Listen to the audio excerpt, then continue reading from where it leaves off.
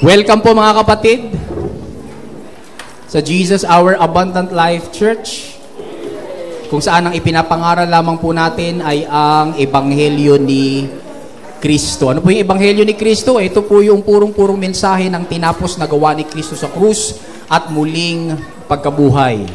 Ito po ay para sa ikaliligtas ng mga hindi pa ligtas, ikalalakas naman po ng mga ligtas na. And so para po sa mga nakakapanood nito ngayon, maaari po makahiling, pwede pong paki-like, paki-share ang video message na ito. And even po yung pong i-upload po natin within the week para po mas marami po ang ma-blessed, mas marami po ang makakilala sa Panginoon. Sa lahat, mas marami po ang maligtas. Amen mga kapatid. Ready na po ba tayo sa salita ng Diyos? Palakpakan po muna natin si Jesus. Amen. Praise God. Thank you, Jesus. Alam po ninyo mga kapatid, namumuhay po tayo ngayon sa isang mundong maraming tao po ang takot. Tanong mo yung katabi mo, takot ka ba? Maraming tao po mga kapatid ang nag-aalala dahil sa kawalan po ng katiyakan, bunga po ng pangit at negatibong pangyayari sa paligid. Alam po ba natin mga kapatid, dumaan po ang mundo sa COVID-19. Ano po? Sino po rito nagpaturok? Ayan, kasama po ako. Napaturok. Nagpaturok na po ba kayo ng ika-4? Ano po? So, dumaan po yung mundo sa COVID-19. Alam po ba natin na isa sa bawat 5 tao na mayroon pong edad na 18 to 64 ay mayroon pong isang at least sakit bunga ng COVID-19? Isa sa bawat 5. No, ages 18 to 64. Tapos, isa naman po sa bawat 4 na ages 65 and older, meron din pong sakit, bunga po ng COVID-19. Nakakaramdam po sila ng fatigue, symptoms that get worse after physical or mental effort, dahil nilalagnat po sila paminsan-minsan. Meron po silang respiratory symptoms. Minsan, nahihirapan po silang huminga. Minsan, sila po ay hindi makahinga. Minsan sila po ay kinakapos sa paghinga. At minsan inuubo. Ano po? Sino po ang may ubo? Ako po, inuubo ng minsan. Ano po? COVID-19 pa lang po yan. Paano po yung ibang sakit? Parang ngayon, meron pong galing sa unggoy. Mahirap pong magkaungguyan. Huwag po natin tanggapin po. Nagdudulot din po ng pag-aalala ang rumors of war. Alam po ba natin na meron pong taong mga takot na baka lusubin po tayo o digmain tayo ng China? Dahil po sa issue ng West Philippine Sea. Nariyan din po ang terorismo. Meron pa nga po mga kapatid na babagabag dahil sa free movement of people. Ano po yung free movement of people? Ito po yung mga kapatid. Dati, yung lolo't lola mo, nakatira po sa isang lugar, lahat sila magkakakilala. Nasubukan na po natin yon. Lahat sila magkakakilala. Natatawa nga po ako sa kwento ni Doc Ben. Ang bida. Sabi niya, nung 5 pa lang daw po silang may kotse rito, nagkabanggaan pa sila. Ewan kung totoo yun, no? Pero, ako nagbibiro siya, pero sineryoso ko siya. Kasi seryoso yung mukha niya, no? Nagkakwento po siya, eh. 5 lang silang may kotse dito sa Batangas City, nagkabanggaan pa sila. Noon, alam mo kung sino ang kapitbahay mo. Noon, alam mo kung sino yung mga tao na nandun sa iyong komunidad. Pero ngayon, meron ka nang hindi kilala. Dito nga po sa Alangilan, mga kapatid, may naglalakad po dyan. Inchik yun, Bakit? Hindi natin kilala yun, Ano po? Lalo na po, wari po tayo minsan, doon sa mga nangyayari ngayon. Kaya iba, natatakot po sila. Tapos, meron naman po mga napakaraming graduates, tapos kulang naman po yung trabaho. Kaya, marami po ang takot na, ano kaya, aral ako ng aral, magkakatrabaho kaya ako? Marami po mataas po ang youth unemployment. Tapos may nasasaksihan din po mga kapatid, rising inequality in the cities. Ibig sabihin, yung mga mayaman ang yumayaman. Yun naman mga naghihirap, pahirap naman po ng pahirap. Then kapag ang gobyerno po mga kapatid, nababawasan po ang resourcefulness, nababawasan po ang authority dahil naiisahan po sila ng mga korap. Pero may mga kababayan po tayong gustong mag-abroad pero na-offload. Meron naman mga kriminal, nakakatakas. Dahil pinapatakas, buti nakabalik na. Nakakaalis. Ano po, samantala yung mga kababayan po natin na gustong mag-serve sa kanilang family, no, para sa ikabubuhay ng kanilang pamilya, na o-offload po. Ano po? Kaya nakatira po tayo ngayon sa isang mundo na nakakawala ng gana.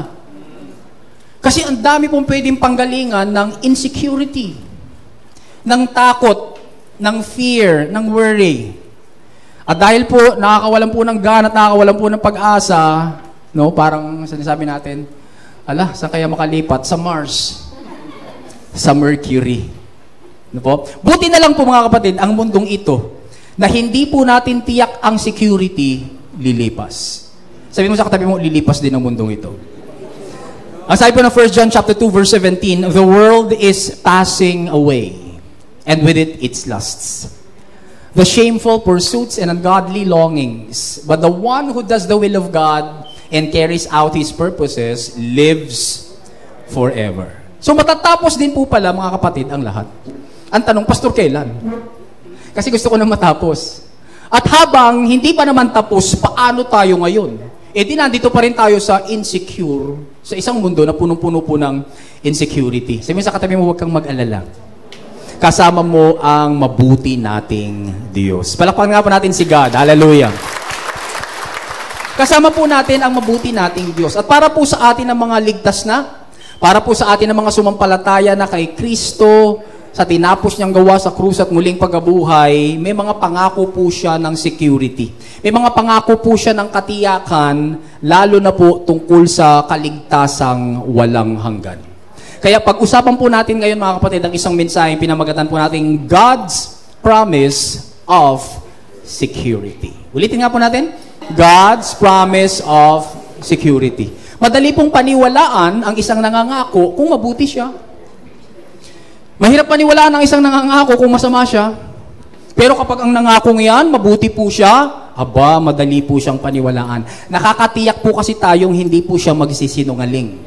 Nakakatiyak tayong tutuparin niya ang ipinangako niya. At alam mo ba, ganun ang ating Diyos.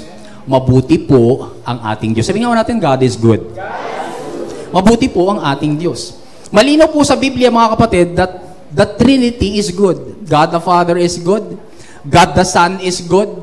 God the Holy Spirit is good. Lagyan po natin ng talata para hindi po tayo nakabatay lang sa kuro-kuro at haka-haka. God the Father is good. Ano sabi po sa Psalm 145 verse 9? Wala po sa the message. God is good to one and all. Kasama ka ba doon? Sa pinagbibigyan o pinagkakalooban ni Lord ng kanyang kabutihan? So sabihin po natin, God is good to me. God is good to one and all. Everything He does is soaked through with grace. Lahat daw po ng ginagawa ng Diyos, babad sa Kanyang biyaya. Wow. Amen? Kayong kaligtasang binigay niya sa iyo, babad yan sa Kanyang biyaya. Kayong kagalingan na pinapaabot niya sa buhay mo, kapag may sakit ka, babad po yan sa Kanyang biyaya. Kaya yung proteksyon na binibigay niya sa iyo kapag nagtatrabaho ka o kapag ikaw yung nakamotor, hindi mo alam kung sino masasalubong mo.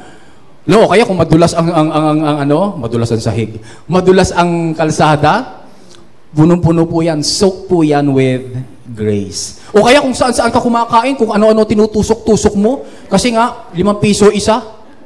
Hindi mo alam kung paano yan pininipir, pero because God is good and what He does is soaked with grace, hindi ka na food poisoning. Ayan mga kapatid, sabi mo sa katabi mo, kain pa more. God the Father is good. Malinaw din po sa Bible, mga kapatid, that God the Son is good. Tingnan po natin yung talata. Si Jesus po nagsasalita rito, sabi niya, I am the what kind of shepherd? The good shepherd. Sabi ni Jesus, I am the good shepherd. The good shepherd gives His life for the sheep. Ginawa na po ba niya?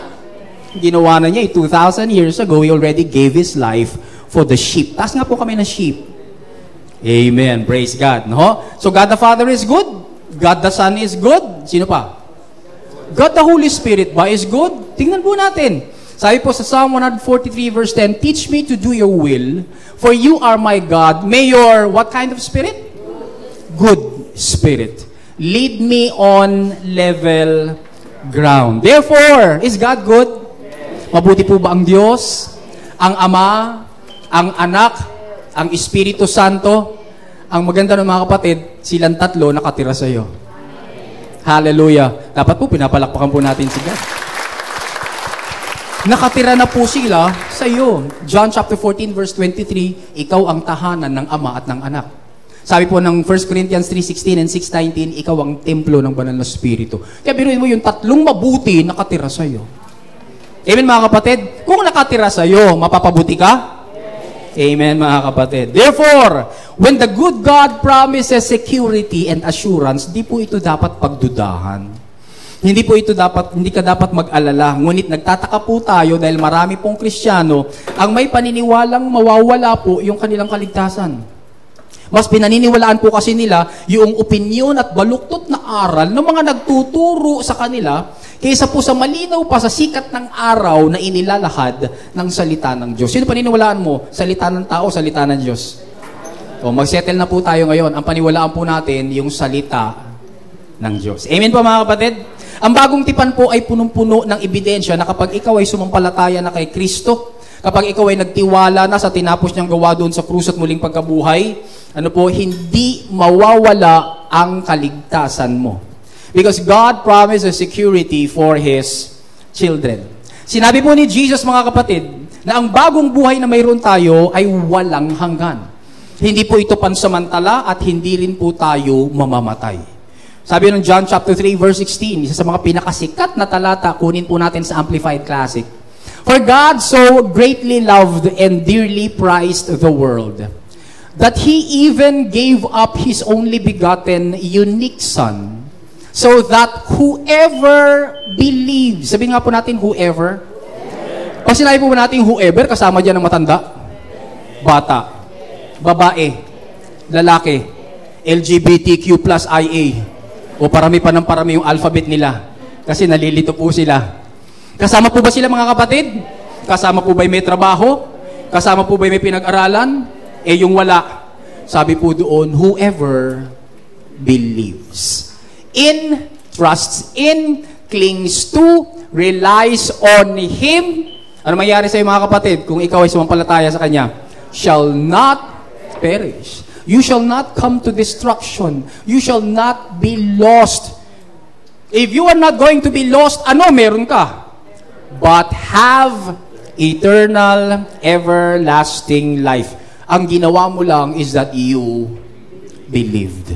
Hindi ka gumawa ng kahit na anumang bahagi ng relihiyon. You just believed. Pansinin po natin mga kapatid, number 1, ipinagkaloob po ng Diyos ang anak niya upang mapasa Kanya po tayo. Ayon po doon sa talata. Ikaw kapatid, ay napakahalaga, pinahahalagahan ng Diyos that He was willing to part with His Son.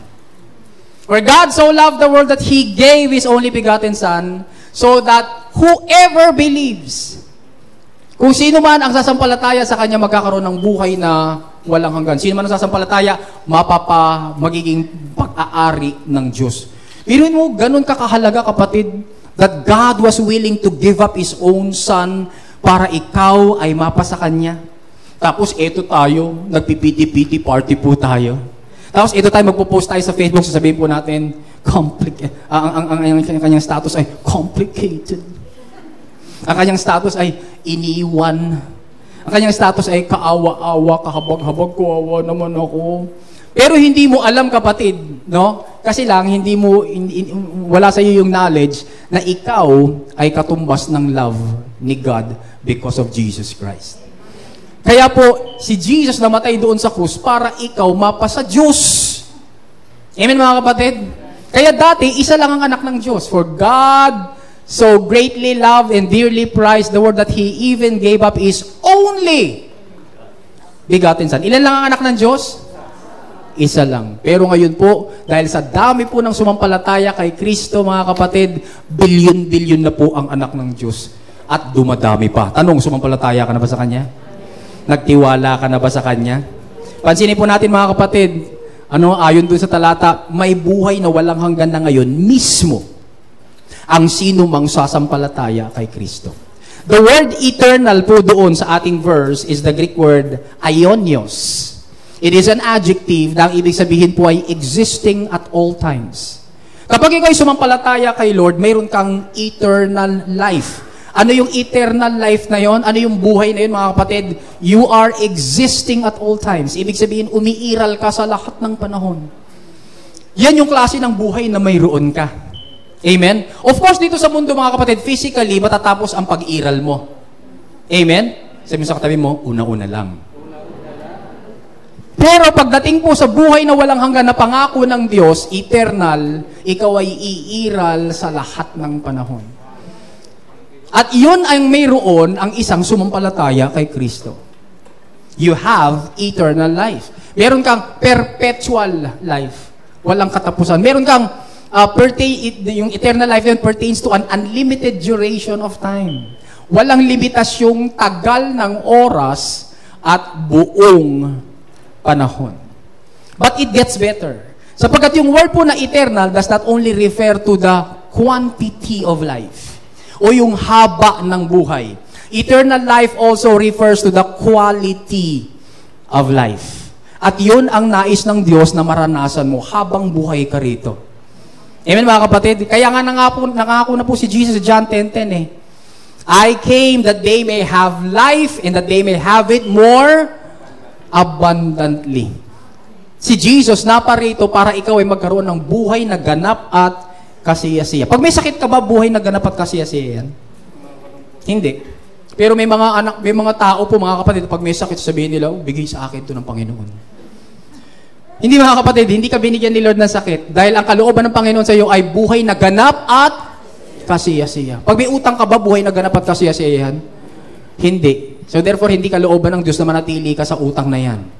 Amen, mga kapatid? Pag may kaaway ka ba, buhay na ganap at kasiyasiya yan? Hindi. Yung bang kahit lawak lang kalsada, tapos nakita mo siya, lulukod ako. Magkagalit kayo, iiwas ka na. Liliko ka sa kaliwa, liliko ka sa kanan. Amen, mga kapatid? Hindi po yan buhay na ganap at kasiyasiya. Ang nais po ni God is life that is abundant, life that is good, life that is holy and righteous, life that represents Him. At yan po, mga kapatid, yung promise ng Diyos ng security. No po? Tiniyak po ni Jesus na meron po tayong eternal life dahil sinabi po niyang walang makakaagaw sa atin mula po sa kamay nila ng kanyang Ama. Alam na po natin ito talatang to, pero balikan po natin, mga kapatid. Sabi po doon, and I, si Jesus nagsasalita, and I give them eternal life so that they will never be lost. No one can snatch them out of my hand. Sabi ni Jesus, my Father gave them to me, and He is greater than all others. No one can snatch them from His hands. Ilan daw po ang may hawak sa atin, mga kapatid? Dalawa. Sino may hawak sa atin? Si Kristo at ang Ama. Ngayon, kung hawak ka ng Diyos, makakatakas ka pa? At kung sakaling makatakas ka, anong ibig sabihin nun? Mas malakas ka sa Diyos. Mas malakas ka ba sa Diyos? Hindi. Wala pong mas malakas at mas dakila kaysa sa Diyos. Kaya nang nangako po siya, God's promise of security na walang makakaagaw sa iyo, sa kanilang mga kamay, totoo po ito. Amen, mga kapatid? Panampalatayanan po natin ito, mga kapatid. Ngayon pa lamang, isettle na po natin sa ating mga puso. Bakit? Kasi po yung word na never doon, they will never be lost. No, the word never is the double negative Greek word omei. Actually, sa original, ang ibig sabihin po niya na never not. Kaya nang sabihin po ni Jesus, and I give them eternal life so that they will never not be lost. Dalawa. Iba po ba, mga kapatid, yung hindi sa hinding-hindi? Ulitin ko po. Iba po ba yung hindi sa hinding-hindi? Yung hindi ba pwede bang maging oo? Pero pag sinabi mong hinding-hindi, ano yun? Mas matindi yun, mga kapatid. Parang ganito po yun. Sabi ni Jesus Christ, binibigyan ko sila ng eternal life at hinding-hindi sila mawawala. Hinding-hindi sila mapapahamak. Amen, mga kapatid? Kaya nga sabihin mo sa katabi mo, ligtas ka magpakailanman. That is the promise, mga kapatid, of God tungkol po sa ating security. Kaya ngayon pa lamang po, isettle na po natin sa ating mga puso, isettle na po natin sa ating mga isip, ang mga katotohanan ito, mga kapatid, para pumayapa po tayo habang nandito po tayo sa isang mundong walang katiyakan. Wala na po tayo magagawa, mga kapatid. Hindi po naging 20 ang bigas. Wala na po tayo magagawa, nakatakas. O yan, nakauwi na. Marami po tayong hindi kontrolado. Pero sinasabi po ng Diyos, ako ang may control ng lahat ng bagay, at pagdating sa kaligtasan mo, aking minamahal na anak, it has already been settled. It's done. Palakpan nga po natin ang Panginoon. Hallelujah. Eternal security is based on a fact, not a feeling. Because there will be times, mga kapatid, na parang pagdududahan mo na mahal ka ni God. Feeling yun. Pero mga kapatid, yung security o yung pangako ng Panginoon na ikaw ay ligtas magpakailanman, totoo yun, kaya ang iyong damdamin man o kaya ang iyong emosyon ay high na high o low na low. It does not matter kung emotion mo ay parang roller coaster na pabago-bago, pero yung katotohanan na ikaw ay ligtas magpakailanman dahil sumampalataya kay Kristo at nagtiwala sa tinapos niyang gawa, yun po ay hindi nagbabago. Amen mga kapatid? Kaya huwag mong pagtuunan ng pansin yung iyong nararamdaman. Huwag kang magtiwala sa iyong emosyon pagdating sa relationship mo kay God. Sapagkat mahal ka ng Diyos at tinatanggap ka niya. Iniibig ka niyang palagi, hindi siya nagbabago sa iyo. Kahit magpabago-bago man po tayo. Amen mga kapatid? That is God's promise of security. Sabihin mo nga sa katabi mo, that is God's promise of security.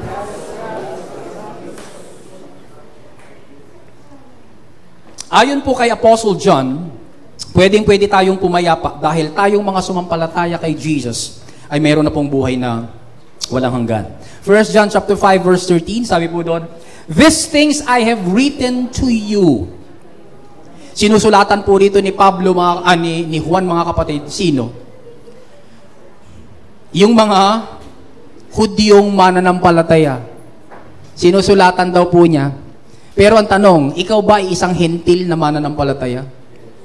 Therefore, pwede mo rin bang angkinin ito? Na ikaw ay somebody who believes. Therefore, this is for you. Sabi po doon, "These things I have written to you who believe." Sabi nga po natin, I believe. I believe in what? In the name of the Son of God, which represents all that Jesus Christ is and does. No po? Nung malilit pa po tayo, sinabi natin, sige, sampalatayanan po natin si Kristo. Tanong, sinong Kristo? Ayun, yun, nasa krus. Yun ang sampalatayanan mo. Pero nung nagbabasa na po tayo ng Biblia, hindi naman pala yung nakapako doon sa krus na yun, sa kahoy na krus na yun, ang aking sasampalatayanan. Ang sasampalatayanan ko pala ay yung namatay 2,000 years ago doon sa krus ng Kalbaryo at minsan lang siya namatay. Amen mga kapatid? Hindi po siya nanatiling nakapako doon sa krus, kaya pagsisimba ako, lagi nung nakapako sa krus. Si Kristo po mga kapatid, hindi na ho nakapako sa krus ngayon. Si Kristo po mga kapatid ay ibinaba sa krus nung namatay po siya, nilibing po siya, and after 3 days, nabuhay po siya mula sa mga patay. At ngayon po ay nandun na po siya sa kanan ng Ama. At kung sumampalataya ka na sa Kanya, si Kristo ay nakatira sa puso mo. Amen mga kapatid? Kaya hindi po nanatiling nakapako si Kristo. Kaya sino ang pinananampalatayanan mong Kristo? Yung iba, wala po pag Sunday, mga kapatid, hindi po sila nakakapag-church, hindi po sila bakit? Kasi baka meron silang ibang sinasampalatayanan.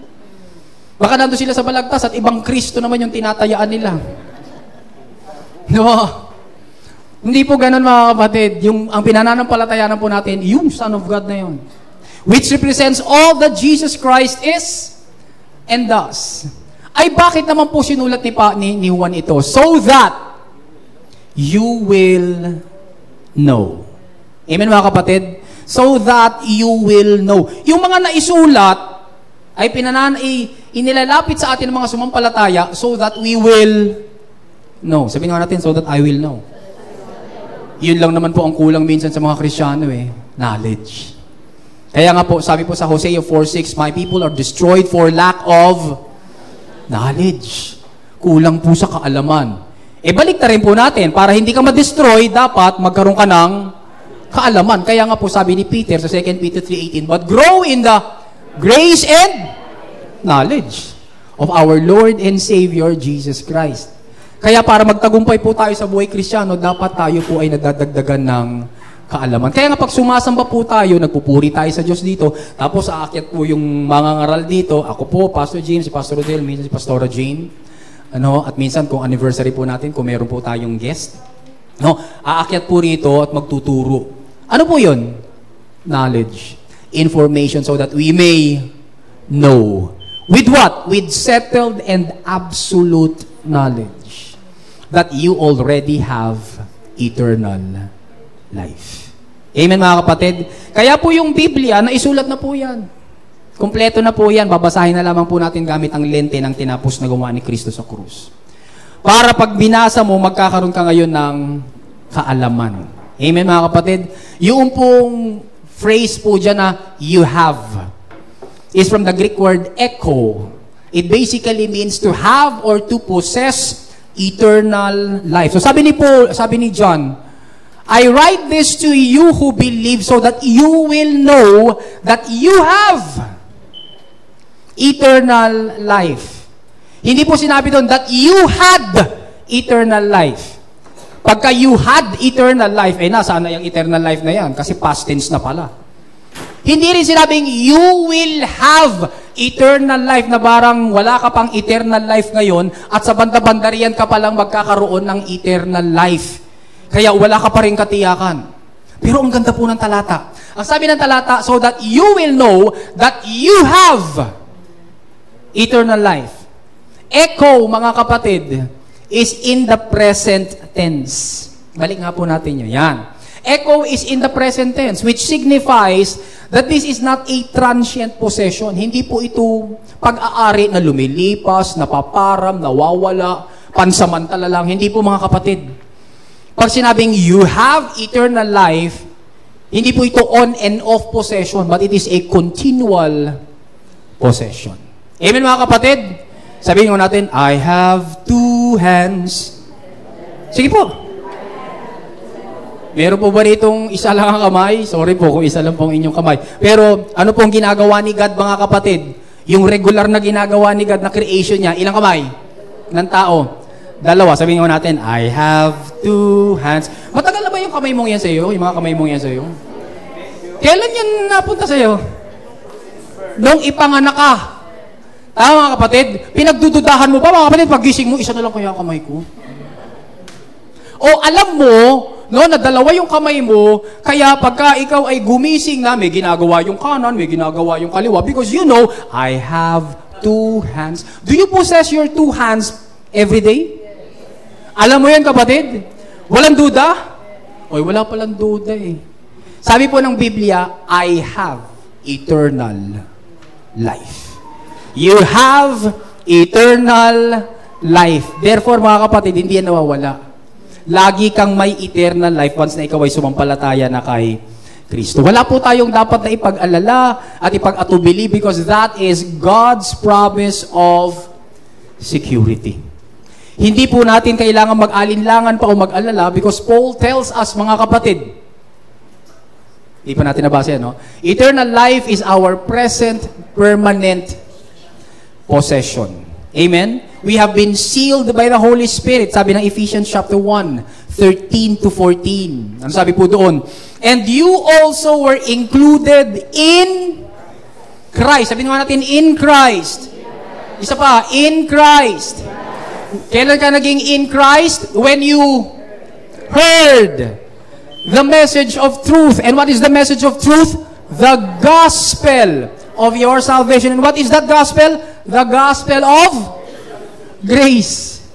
When you believed, you were marked, tapos na, in Him with the seal, the promised Holy Spirit. Verse 14, who is a deposit, guaranteeing, sabihin natin, guaranteeing our inheritance. Hallelujah. Until the redemption of those who are God's possession to the praise of His glory. Balikan nga po natin yung in Christ. Hindi yung malaki pong nakabold. Yan. In Christ. Yan na po ngayon, mga kapatid, ang bagong spiritual address at atmosphere ng isang anak ng Diyos. Amen? Bakit? Sapagkat ikaw ay dating in Adam. Tayo po, ipinanganak ng mga makasalanan. Ano po? Sabi ng Psalm 51 verse 5, pinanganak po tayo ng mga makasalanan. Tayo po ay nagmana ng kasalanan ni Adan. Ang location po natin dati ay in Adam. Yun ang location po natin. Yun ang ating spiritual address. Amen? May nagtatanong po sa akin, Pastor, saan po ang address ng inyong church? We are in Alangilan, Batangas City, Philippines, 4200. We are in Aguda Compound. We are in Aguda Compound. In Alangilan. In Batangas City. Yun ang ating location ng physical church na ito. Amen? Now, spiritually, we were in Adam. Yun po yung ating address. And because yun po ang ating address, anong atmosphere natin nung tayo po ay in Adam? Kasalanan. Yun po yung atmosphere ng buhay natin. Pero pag ikaw ay sumampalataya na kay Kristo, you are now in Christ. Sabihin mo nga sa katabi mo, I am in Christ. Nagbago ka na ngayon ng location. Nagbago ka na ngayon ng address. Yan na yung spiritual address. At ang atmosphere mo ngayon ay hindi na kasalanan, kundi holiness. Righteousness. Amen, mga kapatid? Healing. The goodness of God. The provision of God. Amen po, mga kapatid? Hallelujah. Kung naintindihan po natin, palakpakan po natin si Lord. Wala kang kinalaman dyan. At dahil po dito, sumasa atin po yung banal na spirito bilang pledge. No? Bilang pledge, guarantee. Yung Holy Spirit po ayon sa talatang ito ay parang engagement ring. Pag ang isang lalaki po, mga kapatid, lumuhod sa iyong harapan at sinabing, will you marry me? Tapos meron siyang daladalang sing-sing. Ano ibig sabihin ng mga kapatid? Walang makasagot. Wala ba niluhuran dito? Ano ibig sabihin pagka nilotas may kasamang sing-sing, will you marry me? Ano ibig sabihin ng engagement ring na yun, mga kapatid? Aba, isa banda-banda riyan, magpapakasal tayo. Ikaw ang pakakasalan ko sapagkat ikaw lang ang niluhuran ko at ikaw lang ang binigyan ko ng sing-sing na ito. Tama, mga kapatid? Yun po kasi ibig sabihin ng engagement ring. Now, tayo po, mga kapatid, na sumampalataya kay Kristo, we belong to the bride of Christ. Ang tawag po ng Biblia sa atin, sa aklat ng Revelation, the church is the bride of Christ. Hallelujah. And because we are the bride of Christ, sabi ng aklat ng Revelation, we are going to be wedded to the Lamb. Si Jesus, siya po yung ating groom. Pero hindi pa po yun nangyayari dahil sa bandang huling araw pa po yun, mga kapatid, kapag doon na sa langit, nandun na tayong lahat, doon magkakaroon po ng kasalan. Ikakasal po ang church kay Jesus na kanyang groom. Pero habang hindi pa po yun nangyayari, mga kapatid, nilagyan niya na po tayo ngayon ng guarantee. Amen, mga kapatid? Guarantee na kung paano sinasabi ng isang lalaking, binibigyan kita ng engagement ring, mahal. At ikaw ang aking mamahalin hanggat mawala na yung buhok sa ulo ko. Ikaw ang aking mamahalin kahit maiba na yung hugis ng ating mga katawan. Ikaw ang aking mamahalin kahit maglaglagan na ang lahat ng malalaglag. Amen, mga kapatid, garantisado na yon. Kaya pag binigay mo yun, garantisado, may engagement ring na ako. Pakakasalan ako nito. Pero nakakalungkot, sapagkat sa mundo ng tao, meron pong binigyan ng engagement ring. Hindi natuloy. Diba tama, mga kapatid? No? May mga artista, no? Lumuhod pa eh. Binigyan ng engagement ring. Ito sabi, 2024 daw sila ikakasal, pero nagka-break sila eh. Ano po, mga kapatid? Hindi po sila natuloy, pero salamat po, si Kristo ay hindi sinungaling. Hallelujah! Hindi po siya sinungaling. Bakit? Diyos siya eh. Amen? God is not a liar. Tao lang nagsisinungaling. Kaya pag binigyan na po tayo ng engagement ring, sino po yun? The Holy Spirit. Nasa iyo na. Kaya sabi po doon, mga kapatid, the Holy Spirit is a deposit guaranteeing our inheritance. May mamanahin ka. Dahil nasa iyo na ang banal na spirito, siya po ang guarantee. Amen, mga kapatid? Kaya nga po, mga kapatid, hindi po pwedeng bawiin ang pagkatawag sa atin. Romans chapter 11 verse 29, sabi po doon, for God's gifts and His call are irrevocable. He never withdraws them when once they are given. And He does not change His mind about those to whom He gives His grace or to whom He sends His call. Kaya kapag ikaw ay papakasalanan ni Kristo, sigurado papakasalan ka ni Kristo. Wala itong bawian.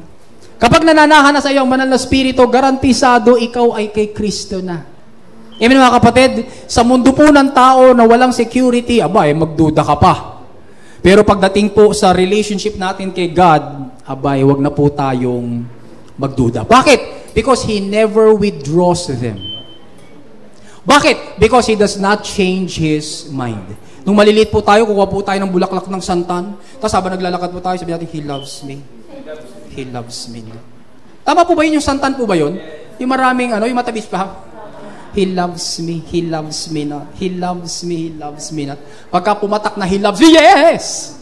Pero pag pumatak na He loves me not, dadaanin mo ngayon sa flames. Hindi yata alam ng mga kabataan nyo yung flames. Ano nga ibig sabihin ng flames? Friends? Love? Angry? Mali-mali pa yun. Anger o ano ba? M? Marriage? Ano ba? E? Enemy? Engage? Oh, tamo, nag-away na Tapos yung S? Sweetheart. Ayan, no? Yung mga kabataan, paturo po kayo sa mga, mag-flames tayo. Ayan. Tapos lalabas ngayon doon, ako, enemy ka! Pagdating mo ba sa relationship mo kay God, gagamitan mo siya ng santan? At sabihin mo, He loves me. He loves me not. He loves me. He loves me not. Sabi ni God, tapon mo yung santan. I love you. I love you. I love you. I love you forever. Hallelujah. Hindi po dadating mga kapatid na sabihin sa atin ni God, I love you not. I don't love you. Dahil ikaw ay nagpasaway na naman. I don't love you. Nabawasan ng pag-ibig ko sa iyo. Nabawasan ng love ko sa iyo dahil sa ginawa mo. Hindi mga kapatid. Sapagkat nandun pa tayo sa kasalanan, naglulublub pa tayo sa kasalanan. Napako na po si Kristo doon sa krus ng Kalbaryo. He has already loved us. Amen mga kapatid? Tingnan din po ito. Basahin po natin ito. Katotohanan to. If God loved me because He is love. Sabi ng 1 John 4:16, God is love. If God loved me because He is love, and not because of my good behavior, Ephesians 2:4-9, then I did not have to earn His love because I was already loved. Kung mahal ako ng Diyos, balik lang po natin doon. Kung mahal ako ng Diyos dahil sa Siya ay pag-ibig at hindi dahil sa aking mabubuting gawa, then hindi ko kinailangan pagpursigihan, pagtrabahuhan, bayaran ang kanyang pag-ibig para mahalin niya ako. Hindi ko kailangan gawin yun. Bakit? Sapagkat noong pa lang, minahal na niya ako. Let that fact, mga kapatid, settle in our hearts right now. Ano pa pong sabi? All my doubts that God could not love me doesn't stop Him from loving me. Lahat ng pagdududa na meron ako, sabihin ko, Lord, baka hindi mo na ako mahal. Lord, baka hindi mo na ako tinatanggap. It does not stop God from loving you. He has loved me before I was born. Ayun po yung mga talata. John 10:10-12, Psalm 9, 139, 13-16, Jeremiah 1:5. Bago ka pa ipinanganak, minahal ka na ni Lord. Bago mo pa gawin ang una mong kasalanan, minahal ka na ni Lord. Bago po gawin ang una mong pagre-rebelde sa iyong magulang o sa authority o sa lipunang ito o kung kanino man, minahal ka na at inibig ng Diyos. Ito maganda, without asking my permission. Ang isang lalaki lumiligaw sa babae, sabihin niya, pwede ba kitang mahalin? Pwede ba kitang ligawan? Pag sinabi ng babae, hindi, busted ka. Tapos na. Pero si God, hindi po siya nanligaw sa atin. Hindi niya sinabi, pwede ba kitang mahalin, Anthony? Kasi baka mamaya hindian ko siya eh. At yun nga po ang nangyari sapagkat pinanganak ako makasalanan, initially, hinihindian ko ang Diyos. Pero hindi po yun naging hadlang sa Kanya para mahalin niya ako. Hindi naman siya kasi humingi ng permiso para mahalin ako. He just loves me. Ano ibig sabihin nun mga kapatid? It is eternally too late to argue with God on this issue. I am loved. Huwag ka na makipag-argumento sa Diyos. Amen? Late na. Minahal ka na niya. 2,000 years ago, pinakita na niya. In fact, from the foundation of the world, He has already loved us. Nang palang nililikha ang sanlibutan, minahal ka na niya. Hindi siya humingi ng permiso sa iyo dahil siya ay love. Therefore, huli na ang lahat para makipagtik hindi kang kapat makipagtaltalan at makipagtalamitam sa Diyos at makipaglaban sa Diyos para sabihin, hindi mo ako mahal. No. You are loved. Amen, mga kapatid. Sabihin nga po natin, I am loved. Hallelujah. Alapan nga po natin si Lord. Praise God. Tapos, protektado pa tayo, mga kapatid. Gusto niyo pa ba?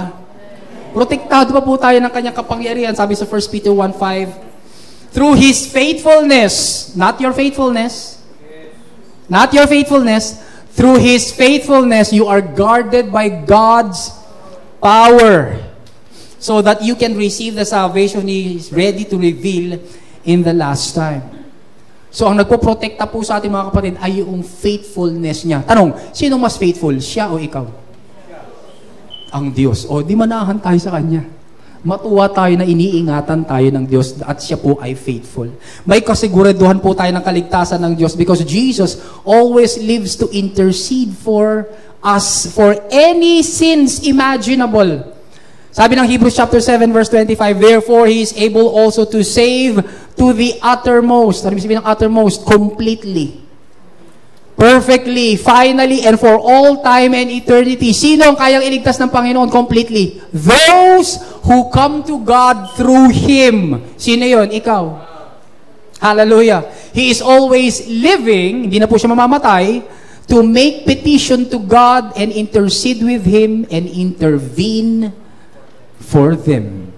Hallelujah. Buhay lagi si Jesus. That is God's promise of security. Ito pong dahilan kung bakit kumpiyansa po si Jesus na sinabi po niya, hindi niya talaga tayo maiwawala. Ito po ang sabi sa John chapter 6 verse 39 mula po sa EC version. He has sent me, sabi ni Jesus. He does not want me to lose any of the people that He has given me. Sino raw ang hindi maiwawala ni Jesus? Any of the people that God has given to Him. Tanong, ikaw ba ay isa sa binigay ng Diyos kay Kristo? Amen, mga kapatid. Kung ikaw ay binigay ng Diyos kay Kristo, ibig sabihin, regalo ka. Sabihin nga natin, I am God's gift to Christ. Ikaw ay regalo ng Ama kay Kristo. Wow. Tingnan mo nga yung katabi mo, ang gandang regalo, oh. Ang gwapong regalo, oh. Tulog na regalo, oh. Inaantok na regalo, oh. Amen?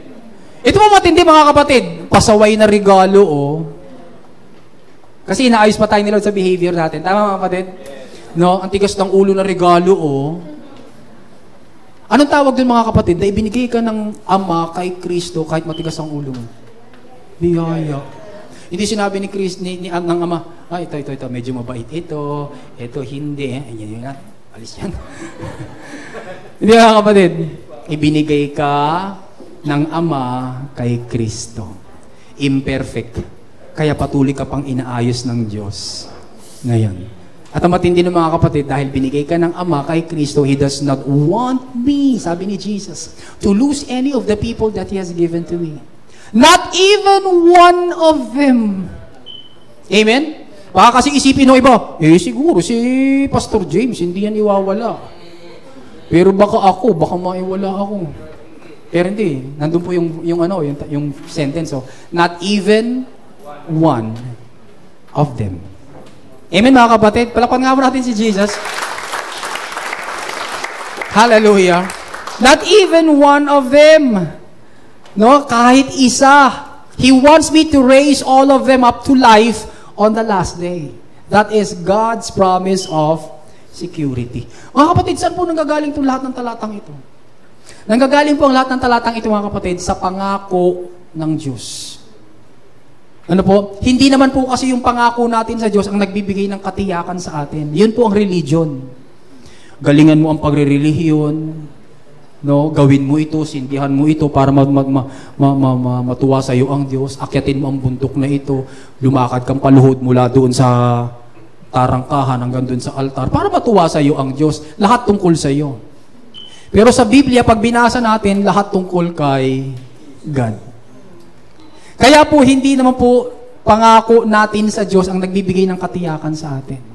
Hindi po yung dedication natin.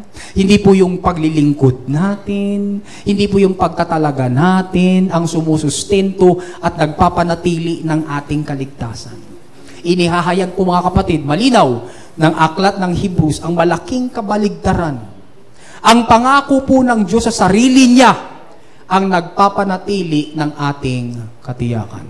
Ano po? Yung pangako niya po sa sarili niya. Mamaya isa-isahin po natin yung Hebrews chapter 6, 13 to 20. Pinabanggit po kasi ng aklat ng Hebrews ang pangako na pinagtibay ng dalawang bagay na hindi kailanman nagbabago. Sabihin mo natin, dalawang bagay na hindi kailanman nagbabago. Tanong, ano po o sino yung dalawang bagay na hindi kailanman nagbabago? Magiging nga kayo na isa? Si God. No, sino pa isa? Si God. Si God at saka si God. Pastor, nakakalito po yata yan. Tignan po natin yung talata para meron tayong pinagbabatayan. Na ang dalawang pangako hindi nagbabago si God at saka si God. Hebrews chapter 6 verse 13. For when God made a promise to Abraham, saan? Doon sa Abrahamic covenant, which is the foretaste of grace. Doon sa lumang tipan. Because he could swear by no one greater, he swore by himself. Dahil wala po siya mga kapatid na mapangakuan. Kaya ba sabihin natin, Pexman, mamatay man nanay ko. Bakit sa nanay ka na? Bakit yung nanay mo gusto mo mamatay? Kasi mas mataas siya sa'yo. Hindi pwedeng Pexman, mamatay man yung bunso namin. Hindi. Pexman, mamatay man yung tatay. Pexman, mamatay man yung mayor. Pexman, yung mas mataas. Si God, naghanap po siya.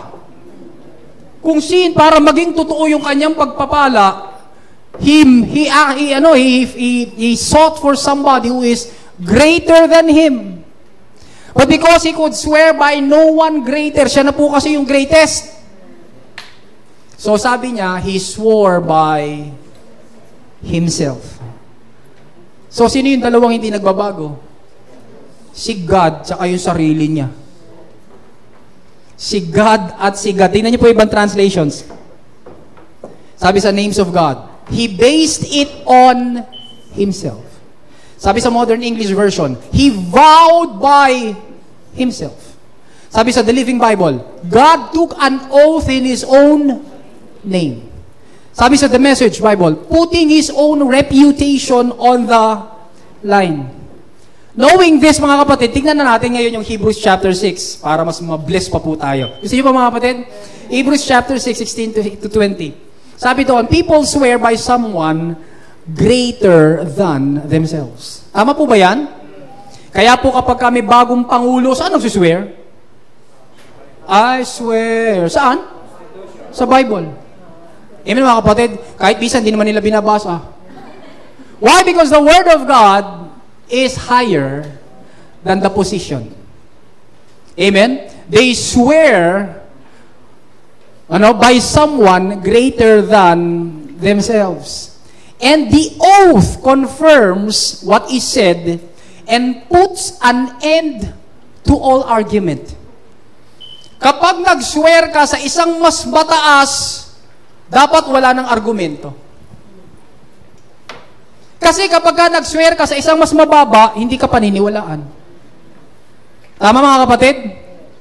Kaya kapag ka meron pong misunderstanding, alam ba, may traffic violation, may traffic misunderstanding, no? Ano pong gagawin? Pag may argumento, abay, nag-aaway sila para patunayan kung sino po ang mas tama.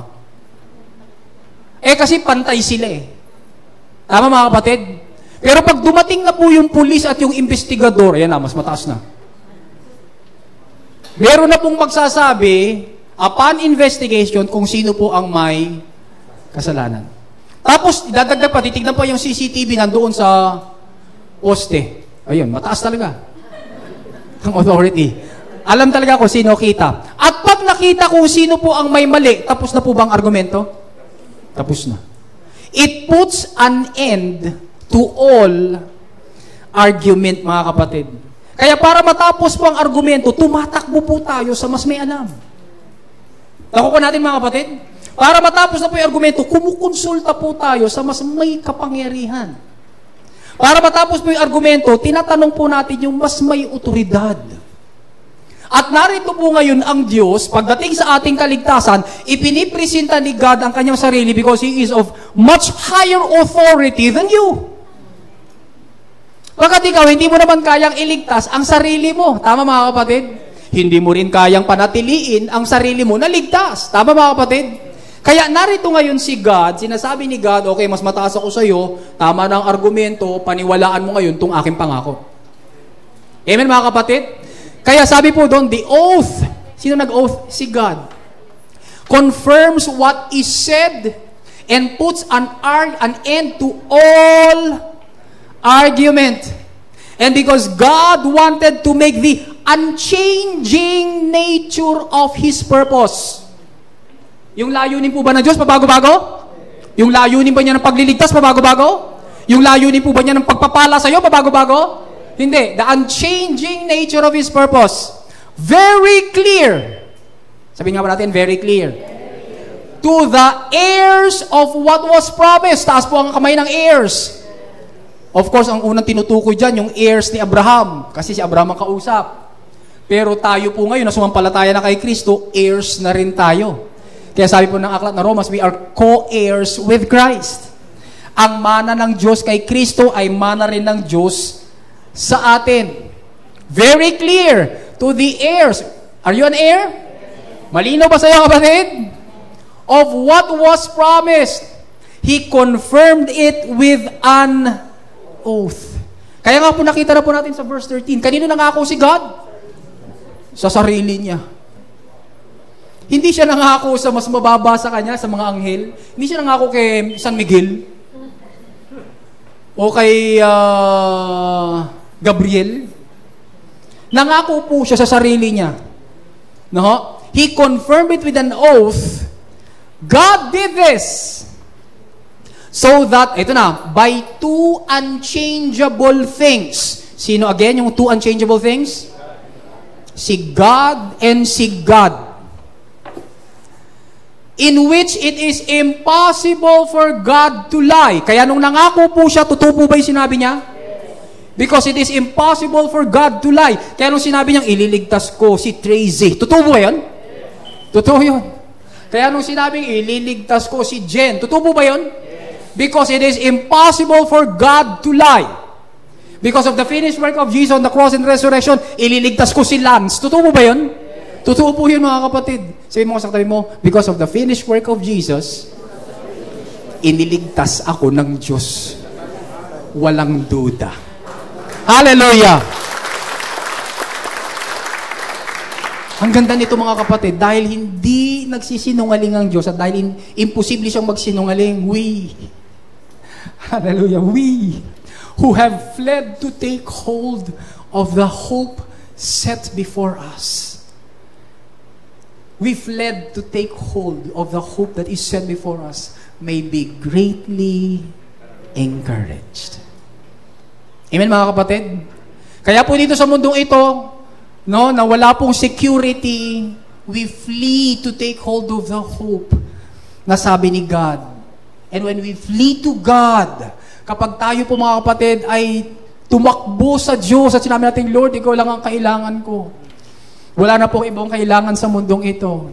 You are my shield, you are my strength, you are my fortress. Yung awit po natin kanina.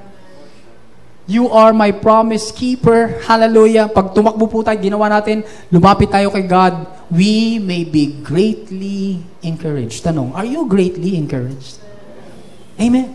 Be greatly encouraged. Ang nangako ng kaligtasan mo, nangako ng eternal life sa iyo, nangako mga kapatid ng buhay na walang hanggan sa iyo, promised, and He will never lie. Tingnan niyo po sabi sa verse 19, we have this hope as an anchor for the soul. Wow, nakaangkla ang iyong kaluluwa. Pagka ba nakaangkla yung barko, yan mawawala. Hindi po, nakaangkla yan Ano? Pag nakaparada na po yan doon sa daungan, naka-angkla na po yan, no? Naka-anchor na po yan, nandun lang yan. Ikaw din, kapatid, ang nais ng Diyos, iangkla mo ang iyong pag-asa sa katotohanan na mahal ka niya, tinatanggap ka niya, iniibig ka niya, at iniligtas ka na niya. Amen, mga kapatid? Therefore, yung kaluluwa po natin nakaangkla. Firm and secure. Kaya nga, God's promise of security. It enters the inner sanctuary behind the curtain. Bakit po tayo may angkla? Kasi, sabi sa verse 20, where our forerunner, Jesus, has entered on our behalf. Bakit po pumasok si Kristo sa langit? Para kanino? Para sa'yo. Bakit para sa'yo? Kasi garantisado na eh. Ikakasal ka sa Kanya eh. Amen, mga kapatid? Kasi nasa iyo na ang Holy Spirit. So sabi ni Jesus Christ, mauna muna ako ha. Papasok ako sa kalangitan. Mauna muna ako sa iyo. Pero, sabi doon, He entered on our behalf. He has become a high priest forever in the order of Melchizedek. Tandaan po natin, sa Old Covenant, that was in the order of Aaron. At dun sa order ni Aaron, lahat ng priest namamatay. Pero dahil sa New Covenant, tayo now ay under sa order ni Melchizedek. At si Melchizedek hindi namamatay. Amen, mga kapatid? We have a high priest who will never die. And because we have a high priest who will never die, and also promised us na tayo po ay may kaligtasan, meron po tayong pag-asa. Be greatly encouraged, mga kapatid. So, napaka-imposible po sa Diyos at sa Diyos. Ulitin ko po. Sa Diyos at sa Diyos na magsinungaling. Kapag nangako po ang Diyos sa sarili niya, maaasahan po natin ito. At ang pinakapunto po ng pinag-uusapan natin, mga kapatid, ay ito. Ang kaligtasan natin ay nakaangkla, nakabatay, nakasalig sa pangako ng Diyos sa sarili niya, hindi sa pangako mo. Hindi sa husay mo. Hindi sa galing mo. Lahat nakaangkla sa Kanya. Hebrews 6:13, balikan po natin, because He could swear by no one greater, He swore by Himself. Kaya yung mga binasa po natin kanina, John 3:16, 1 John 5:13, Ephesians 1:13-14, lahat ng mga binasa po natin yan, mga kapatid, pangahawakan. Sapagkat lahat ng iyon ay pangako ng Diyos sa sarili niya na gagawin niya para sa iyo pag sumampalataya ka sa Kanya. Amen? Sumampalataya ka na ba sa Kanya? Kasi baka mamaya hindi pa, huwag kang aalis sa lugar na ito na hindi ka pa sumasampalataya. Tiyakin mo. Anong take away natin, mga kapatid? Because of Jesus' finished work on the cross and resurrection, I am at rest. Because God makes me, number 1, eternally safe. Number 2, effectively sealed. Number 3, extremely secured. I am eternally safe. Ako'y walang hanggang ligtas. I am effectively sealed. Mabisa ang pagkakaselyado sa akin. Hindi gaya minsan ang order natin sa Shopee at Lazada na butas na. Umorder ka ng alamang, tumutulo na. No? We are effectively sealed. You are protected. Makakarating ka sa destination mo. Sapagkat si Kristo ang nagbuhos ng Kanyang dugo para sa iyo. We are extremely secured. Tayo po ay lubhang tiyak. Good news, bad news? Good news. Palakpakan po natin si Jesus. Hallelujah. Thank you, Jesus. Thank you, Lord. Kapatid, narito ka ba? Sumampalataya ka na ba kay Kristo? Nagtiwala ka na ba sa tinapos niyang gawa sa krus? Gawin mo yan ngayon. Nais kitang samahan sa isang maikling panalangin ng pagkilala kay Kristo. Huwag kang lalabas sa pananambahang ito. Dito man, on-site, o habang ikaw ay nasa online. Huwag mong palampasin ang oras na ito. Receive Jesus. Sabihin mo, Panginoong Jesus, ako po ay isang makasalanan. Hindi ko po kayang iligtas ang aking sarili. Ngunit salamat po, namatay ka sa krus para sa akin. Inako mo ang lahat kong kasalanan. Pinatawad ako sa lahat ng aking mga kalikuan. Sumasampalataya po ako sa iyo. Nagtitiwala sa tinapos mong gawa sa krus at muling pagkabuhay. Ako'y pinatawad mo na, nilinis, ginawang banal, at ang aking pangalan ay nakasulat na sa aklat ng buhay. Ako ngayon ay ligtas, hindi dahil sa aking kabutihan, kundi dahil sa iyong kabutihan. Thank you, Lord, for your promise of security. In Jesus' name, Amen. Amen. Maraming salamat po, Panginoon, sa iyong pagliligtas sa bawat isa po sa amin. We are saved forever. We are eternally safe. We are effectively sealed. We are extremely secured. Hindi dahil sa husay namin, galing, kundi dahil sa galing at husay ni Kristo sa tinapos niyang gawa sa krus. At ngayon po, Panginoon, kami po ay magpipira-piraso ng tinapay upang alalahanin ang mensahe mo ng kabutihan sa amin na ipinangaral mo doon pa lang sa krus. Salamat po sa iyong pangalan, Jesus.